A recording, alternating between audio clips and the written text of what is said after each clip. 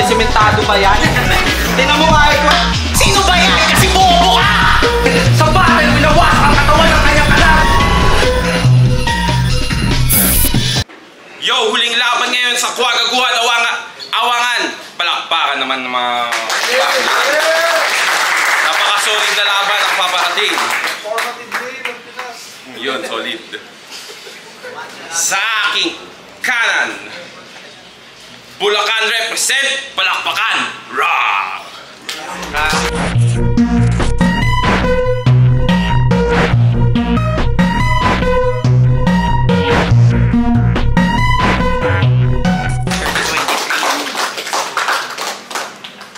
Sa aking kaliwa, Malate, Bulacan represent, Lobo Guy.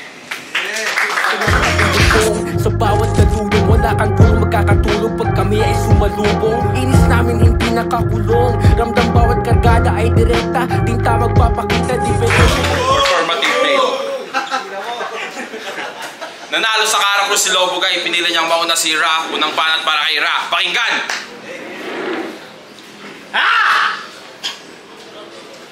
Tangina!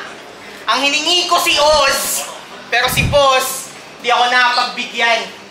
Tsaka parang ayaw pa naman niyang Chonggo ng sakit ng katawan. Binigyan ako ng logo. Para pakiramdam ko daw gumaan. Ang nasabi ko lang Aaron, tangina, sino ba yan? Kasi bobo ka! Tapos dito ka babang ka? Tingin mo matatalo mo ako? Masusulit yung pagtatangka. Taka masasayang lang lahat ng preparasyon mo at paghahanda. Itong member ng kabataan matitigilin ko sa pagtanda. Tangina! Kaya kami, little bitch! Kung hindi, ako lalapit. Tatalupan ko yung anit. Kakayurin ko yung utak. Total di mo nagagamit. Walang bars na ihalo. Violence na gamit-gamit. At nakikita nyo tong logo na sa poste nakasabit. Kasi tangina, sino ba yung puki ng inang yan? Tanging hindi pagtugmakan yung pagkakakilanlan nila Aaron. Wala akong arte. Gutom ko walang paglagyan, kaya palag-palag kahit asusena lang ang panlaman tiyan, pero hindi. Context. Inside story. Pasimple ko tong inuulol sa GC ng mga MC. Bitch can't even think straight. Ba't lagi ng responses niya? Puta nantitrip lang naman ako. Gusto ko makita kung totoong may pangil pa. Tinatarantado ko. Reply sa akin. Omsim, sorry, emoji. Puta parang tanga ka. Sinabihan kita ng papatayin kita today. Si Kiara yung hinahamon mo ng suntukan, di ba? Sensya na. Haba ng setup. Pero yung punto, sana nahuli mo. Na tinitesting ko pa lang tong logo. Sumisingaw na yung pagkapusi mo. Tapos ngayon kasisigaw. Magbibida-bida. Peki yan lahat. Matapang ka lang pag may nakakakita na. Akala ko ba? Liwanag ng buwan yung kailangan para mag-transform tong bobo kong kalaban. Pag natapatan pala to ng flash ng camera, nag-iibangan nyo na nagtatapang-tapangan, tangina ano. Dahil sandal ka dyan sa mga tropa mo. Sa stage lang kayang mandarag kasi madami siyang taga-sayo. Di naman kayang panindigan, mga linyang binabato, sobrang lambot mo gago. Daig mo pa sanggol, yung lakas ng kahol, nakadepende sa namin ng tagapagtanggol. Kaya, tangina kung ganyan ang siste, fit nga sa'yo pangalang Lobo Guy kung susumain. Kasi kung wala kang kasamang pa of wolves, di ka naman makakakain kung ganyan ang siste. Fit nga sa'yo pangalang Lobo Guy kung susumahin. Kasi ang hangin sa dibdib mo sa ibang tao lang din ang galing, tangina. Kaya mag-transform ka na so you can see what's coming up. Sa ang patiting alain, puta, gamit uppercut. Kasi kung magta-transform ka sa moonshine, pang Bruno Mars ang dala ko na tune, inawag. Throw a hand grenade while you're talking to the moon, bitch! Tangina na ito! 2 linggo lang nagsulat, pasok pa rin lahat ng suntok. Unti-unting pinupuno, walang laman mong tuktok. Round 1, binugbog yung confidence na lugmo. At di pumalag yung Lobo Guy kasi bahag ang buntot, bitch! Unang banat para kay Lobo Guy! Yo! Siya si Rago Jude Pascual. Nasa Facebook laging nagpo-post na siya'y looking for silog. Kahit yung tiyan sobrang pilog, ang ditat ang taba mo parang gasol. Pero kanyang puso laging kulay asul. Kasi nagsuspoken word sa BGC. Yung life di naman boring. Spoken word, pastime ng mga sad boy na bonjing. Ang tanda-tanda mo na sumasadboy ka pa din. Sa battle, winawasak ang katawan ng kanyang kalaban. Pero sa spoken word, winawasak ang damdamin ng kanyang mga naging kasintahan. Fuck that shit! Tangang piglet na midget! Pinasok ka dito ni Juan sa kanya, ikay naiinggit! Ang tanging kaya mo lang gawin sa battle rap o spoken word ay magbigkas ng pagalit. Hindi ka nakabibilib. Kayang-kaya din namin sumigaw! Nandipilit! Basta di makatayo sa toilet. Woo! Papaspoken word o battle rap, ang dami mo nang kapareho. Hindi ka nagpapakita ng bago. Malungkot na makatawa, di lang kami nakinig kay Juan Miguel Severo. Total pareho lang naman kayo mga baboy na dapat sinasaboy. Kasi napakataba mo. Pero hip-hop daw siya. Kung may Tyler the Creator, ikaw si Tyler the Inflator. Pero salamat Kuwago. Kinupad niyo pangarap kong pumunta sa Sapporo. Kasi tinapad niyo ako sa kinulang sa Jakol na may neighbor Totoro. Pero hindi naman ako racist sa POC, people of color. Ako ay kadamay at the least. Pero fuck you sa mga tulad mong POC, people of calories! Nag-download ng Strava, nag-lace up ng Samba, hiningal din siya agad. Pagbaba niya ng sala, nag-delete siya. Nag-delete din siya agad pagbaba niya ng sala. Kasi, nag-delete din siya agad pagbaba niya ng sala.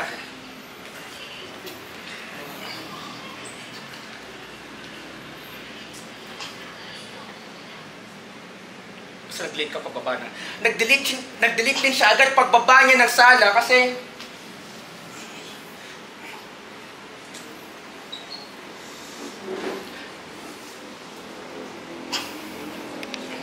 hindi.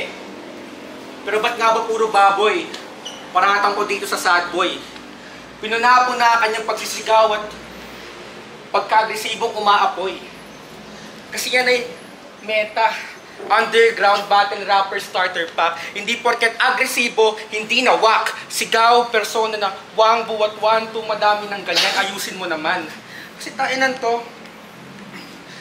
Tingin ko sa inyo, mga baboy sa Quran na... Ano ito? Lakas eh.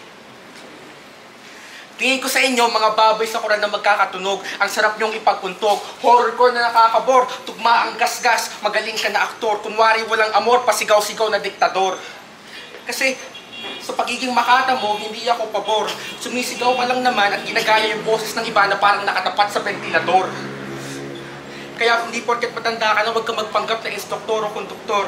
Aking ipapaalala bilang nakakabata na ang baon ng iyong body odor. Ginamitan ng pambatang asar. Sirkulong ginagapangan mo. Ako ay batang naglalaro sa putik habang ikaw ang baboy nakakain sa tinatapakan ko. Kaya ano? Wala na akong pakialam sa panlasang gasgas ng hurado kasi pare-pareho lang naman yung mga dinudura nyo. Pare-pareho lang naman yung dinudura nyo. Pare-pareho. Ikaw pa rin sa akin matutustado at maluluto kahit na tinataboy. Kasi ang baboy ay baboy, pabanguhin man kanyang amoy. Malawang panat para kay Rock, pakigat. Okay na. Unang battle ko sa metro. Pero Aaron, weird mo man. Tapos kung makipagbasagan sa Baguio, gante mo. Eto lang. Pinapapatay mo tong galising aso na may skills pang Tito Dampes dito, euthanasia gago. Tawag dito, trip ko lang kasi feeling bully. Puta mo ka namang shih tzu.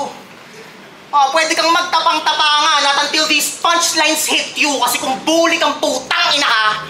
School shooting sa Amerika yung theme ng tanging solusyon sa bullies. Labasan ng AR-15 na yung muzzle nasa forehead.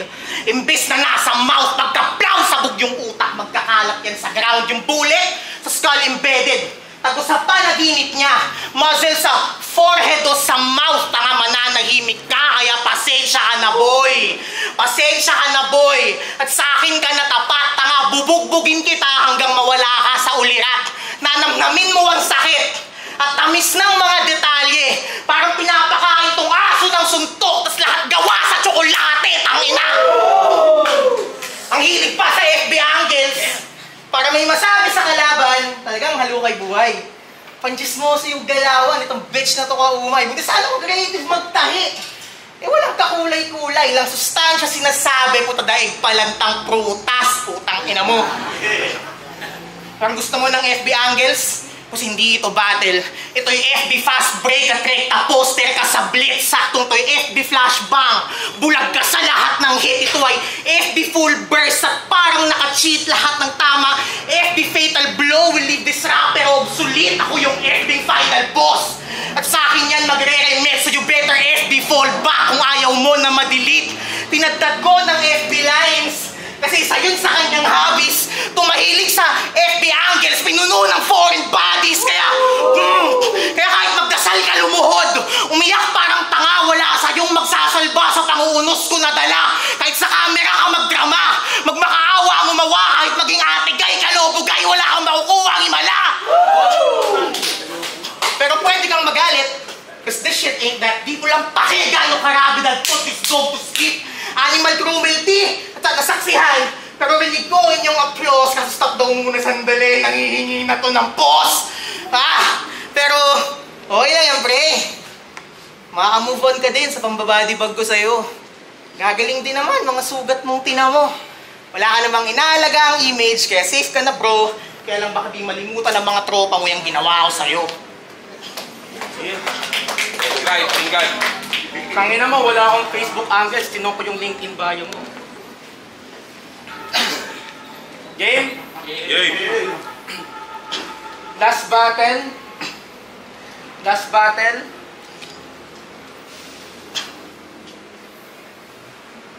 Last battle, sinisignalan kung kailan magre-react yung mga tao ang lakas ng iyong tama.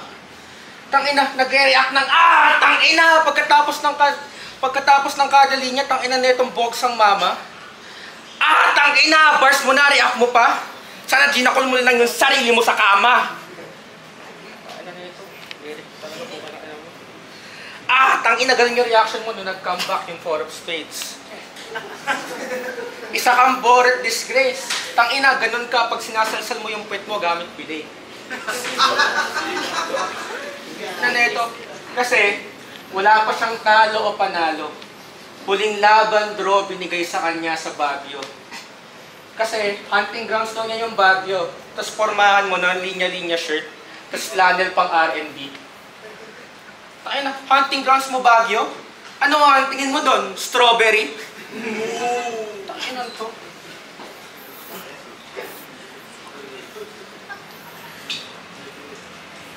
Kasi kinestyon niya si Ken.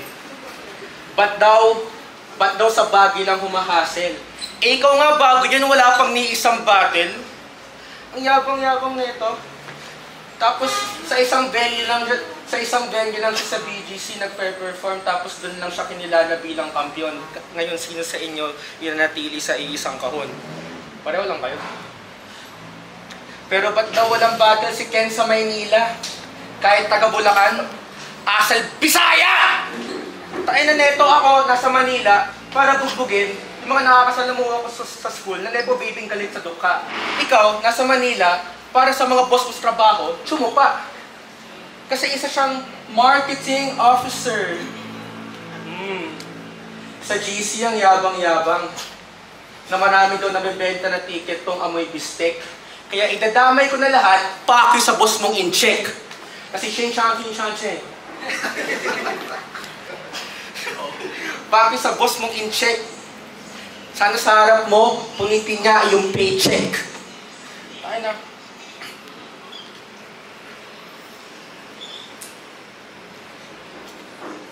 Kasi nag-aral siya ng marketing sa Access Computer College. May ganun pala. Ay na. Ano tinuro sa'yo i-market? Laptop? Kaya pala nag-flip top ka ng flip top kasi di ka maaasar na wala ka namang laptop. Tangin na, bumabiyahe ka mula Bulacan hanggang Maynila. Pwede mong lunurin ng pira mga sentrismo at kaisipan na sumisira sa mga utak mong pambihira. Dahil okay nang kumayod para sa kaluluwa kesa kumayod na alam at tanggap mo, alipin ka sa isip at gawa. Kasi astang brutal to sa battle. Tapos nag-reference siya ng One Republic Counting Stars. Tanginang yan. Dapat pinapakain ng waste to. Ang pangit ng pangalan ng school mo, ang pangit pa ng music taste mo. Ay na, doon pala panalo na ako, may talo. Ay na ito. Kasi, Kasi pinagyayabang niya na siya ay kampiyon na spoken word.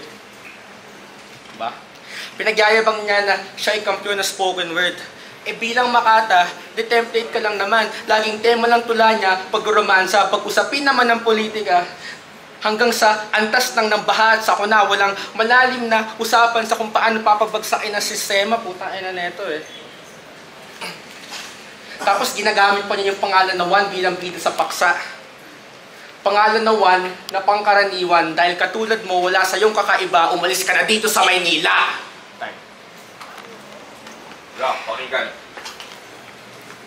Ay na, boring. George Bailon. Kaya, tayo dalawa. Sinong nagsabi sa'yo na magaling kang mag-rap? Sinong nag-angat? Sinong nagtulak? Sinong kumunsinte? Sinong tulongges ang nagsabi sa'yong sasabay ka, pre? Kasi gusto mong mag-main event sa flip top. Sa bibig mo yun ang galing mismo. Ang taas masyado ng pangarap. Hindi naman tugma sa skills mo. Ba't masyado kang mayabang? Tuwing sa entablado sasampa. But feel mo di mo need ng improvement kung lagi kang pumapalya kasi magkasabay tayo ngayon. Pero kahit na ganun, hindi tayo magkadikit. Kasi isang bate lang kailangan at kanilang nalaman Kartaga ko pang main event o isang bate lang kailangan. At kanilang nalaman ako pinakahalimaw sa roster, isang bate lang kailangan. At Darth Vader kitang pinalutang dyan sa ibabaw ng poster. So I'ma fuck this pussy up! Mali ka ng desisyon mo na sumali. Alam niyong madaling sibakin ng bitch, lalo na pagkakamalate. Tapos tuta ka ni Vit. Tuta ka ni Vit, di ba? Kaya ka activist, di ba? Whatever Vit is, that's what he wants to be. Kaya astang para sa masa, galaw niya, pinagsasabi, fina-front niya every battle. No one seems to confront him. Pero grabe yung irony ng thought, a fucking pig in wolf's clothing. Kasi Josh Lawrence Bailon, you are no fucking better than the politicians you hate. Kasi aktivistang nasa lista, kaya nga nakakatawa ka. Fuck the system, tangina, yun daw yung panawagan niya. Sa ilalim ng araw, nagmamarsya. Sa ilalim ng araw, nagbibilad. Sa ilalim ng araw, nagmamarsya. Pero pagtapos ng mob, nasa Starbucks, nagmamatcha. Tapos sasabihin mo, alam mo yung mass struggle? Eh, you're born from money, bitch. Tanga, anong alam mo sa hustle? Yung mga kalos sa kamay namin, pag gusto mo maging kalos sa mga kamay mo. Ultimo social class. Tangina, ultimo social class. Nagsusumiksik tong putang inang to, pero nung laban mo kay Plasis, pasimpleng nadulas na 50k yung pantalon niya. Puta, lahat ng ayaw mo, ganun ka. Pag sumigaw ka ng kill the rich dito, baka ikaw pauna namin itong bagnan mo ako sa mata. Di mo ako sa mata, kapal lang mukha mo. Tangina ka. Ganda ng school mo, bobo ka. Lasal, di ba? Ganda ng school mo, bobo ka. Sayang matrikula. Sulitin mo yan. Kasi tandaan mo, gago. Pagod yan ang pinaghirapan pigain ng mga magulang mo sa ibang tao. Kaya ang kapal ng mukha mo. Ang kapal ng mukha mo. Tangina. Eh, iwan ko tong bumubula bibig. Magmumukhang asong ulol. Wala na sa'yong makikinig kahit anong lakas ng pagkahol. Ikaw sa atin yung tagalasal. Pero ako'y may green archer na dating patay ka sa pana ng totoong revolt na pang Katniss Everdeen, bitch! This bitch! Kasi aktivistang nasa lista. Aktivistang nasa lista. Lobo na duwag. Yung kontradiksyon sa mga yun, grabe. Puta, may LG na sa pangalan, sobrang labo pa ng imahe. Sobrang labo pa ng imahe. May LG sa pangalan, sobrang labo ng imahe. Tanga! Wala nang bearing makalimot. 2 rounds pa lang, panalo na ako. Sinadya ko lang mag-joke para dumikit ka kahit paano, putang ina mo. Kaya ngayon, patay na to. Sunod na laban ko, iyon ang ikasa. Maramdaman lang ako ng konti na kaba, Nicola. Tara!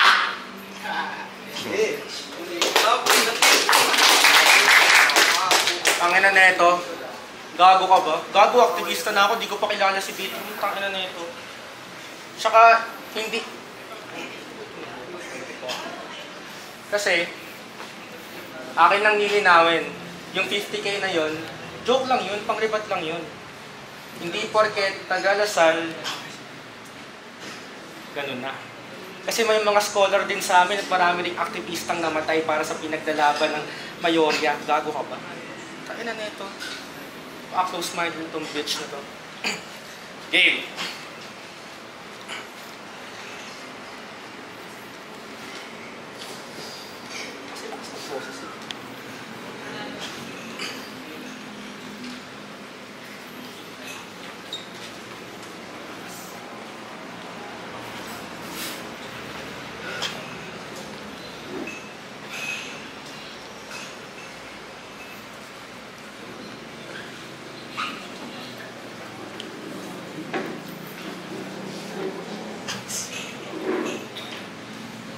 Yo, palakpakan yung laban na yun, oh.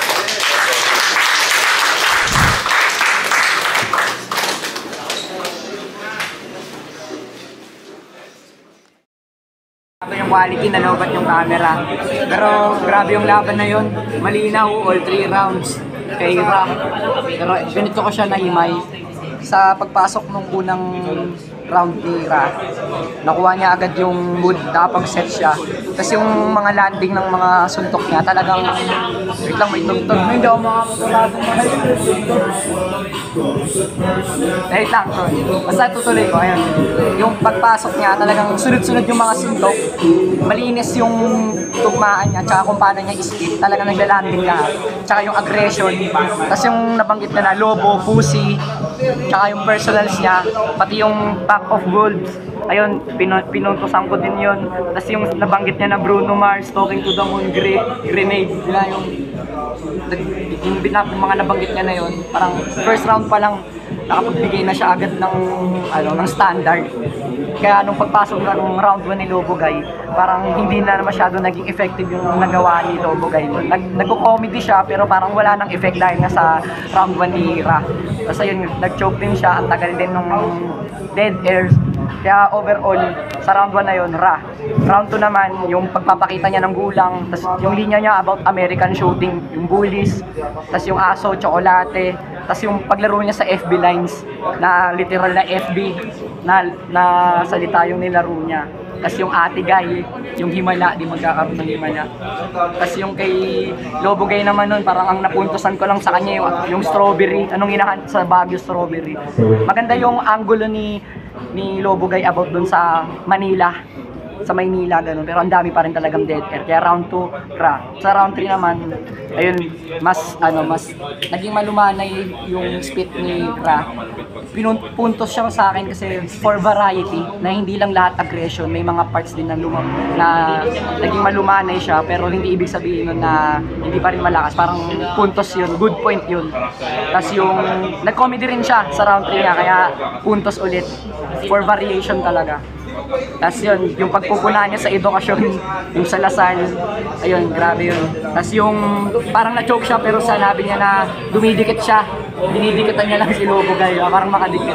Tapos sa round 3, ayun, nakita naman natin na nagrebat siya pero wala nang halatang nauga na, tapos wala na siyang nasabi. Overall, Ra. Yung iniingay nga pala, binoto ko all 3 rounds si Rag kasi kita naman natin maraming choke all 3 rounds si Lobogay. Tapos sa punchline count din, makikita naman natin na hindi masyadong pumupunta si Lobogay. Na-outshine siya ni Rag from first to last round. So all 3 rounds, Rag.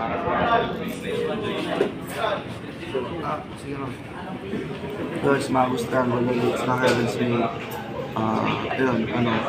All 3 rounds kay Ra. Siguro self-explanatory naman siya. Sobrang all 3 rounds siya inanay. Tapos nauga si Lobogay. Kita rin sa body language siya na hindi siya handa. Kaya yun lang siya. Kaya yun lang, siguro hindi nakalanam din siya. Bonus mo, mga yan. Masabi mo lang ko, ito ko lang yung nakita ko sa napanood. Parang round 1, naging sinitak niya, anong pangalan ni Kuis, yung nanalo? Ra? Kuis Ra, sinitak niya, tapos niray niya yung bigas ni Lobogay.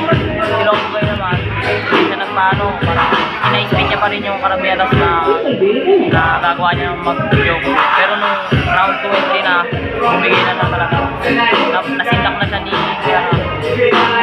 pero props pa rin kay Lobogay kasi lakas niya rin. Na-spin niya,